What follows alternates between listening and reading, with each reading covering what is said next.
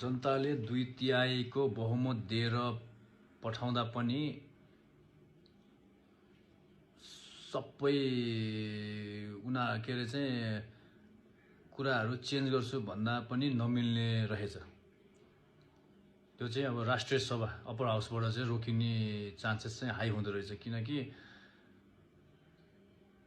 तल्लो सदनबाट 2/3 बहुमतबाट चाहिँ कुनै चिज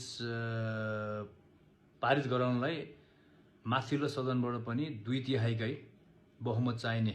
त्यो भएपछि चाहिँ जे कुरा पनि पारित हुने भयो, जस्तै संविधान संशोधन गर्न अथवा न्यायाधीशहरूलाई चाहिँ अब चाहिँ कुनै न्यायाधीशले राम्रो काम गरिरहेको छैन भने महाअभियोग लगाएर हटाउनलाई, त्यस्तो चाहिँ अब 2/3 चाहिँ भएर मात्रै पनि नपुग्ने हुँदो रहेछ। 2/3 जस्तै अब नर्मल कुराहरू जस्तै कानुन चाहिँ एमेन्डमेन्ट गर्नलाई, कानुन चाहिँ करेक्सन गर्नलाई अथवा अब बजेट ल्याउनलाई यस्तोमा चाहिँ 137 सिट कटेपछि त्यो चाहिँ इजिली पाइयो। तर जस्तै अब 2/3 भन्नुको मतलब 184 सिट चाहिँ भए तापनि मेजर चेन्जेसहरू गर्नलाई चाहिँ त्यो चाहिँ प्रावधानमा रहेनछ। अप्पर हाउसबाट चाहिँ पारित भएर जानुपर्ने रहेछ, अप्पर हाउसको पनि 2/3 बाटै पारित हुनुपर्ने रहेछ। जस्तै अब अहिले कन्डिसनमा चाहिँ अब राजसभाको अप्पर हाउसमा आफ्नो मेम्बर छैन भनेपछि तल्लो सदनबाट चाहिँ 2/3 बाट पारित गरेरै माथि पठायो भने पनि माथिल्लो सदनमा चित्त बुझेन भने चाहिँ रोक्ने चान्सेस हाई हुँदो रहेछ। यसको चाहिँ अब एउटै मात्रै कारण चाहिँ कसरी चाहिँ त्यो राष्ट्रिय सभा बिना पनि पारित गर्न मिल्ने रहेछ भन्दाखेरि चाहिँ जस्तै अप्पर हाउस र लोअर हाउसको चाहिँ टोटल सिट काउन्ट गरेर त्यसको 2/3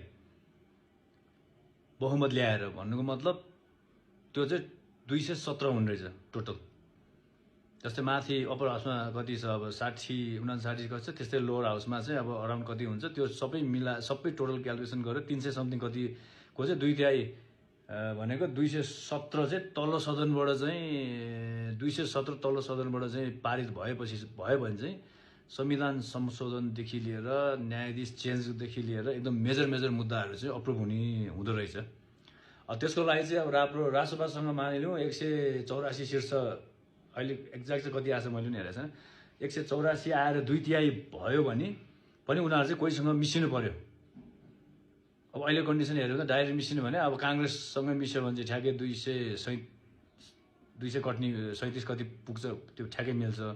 तर त्यसरी चाहिँ उनीहरू अब त्यो त जाला नजाला आफ्नो ठाउँमा छ, अथवा उनीहरूले सबै भनेको कुरा चाहिँ इम्प्लिमेन्ट गर्नलाई चाहिँ फेरि स्थानीय तहको चुनावबाट फेरि यही राष्ट्रिय सभाको चुनावकै प्रोसेसबाट आएर उनीहरूको मान्छे चाहिँ राष्ट्रिय सभामा पुर्याएर त्यहाँबाट चाहिँ 2/3 माथिबाट पनि 2/3 तलबाट पनि अप्रुभ भयो भने चाहिँ सबै कुरा चाहिँ चेन्ज गर्न मिल्ने त्यस्तो चाहिँ हुने रहेछ। यो एकदमै इन्ट्रेस्टिङ नै रहेछ भनौँ न बुझ्दै जाँदाखेरि।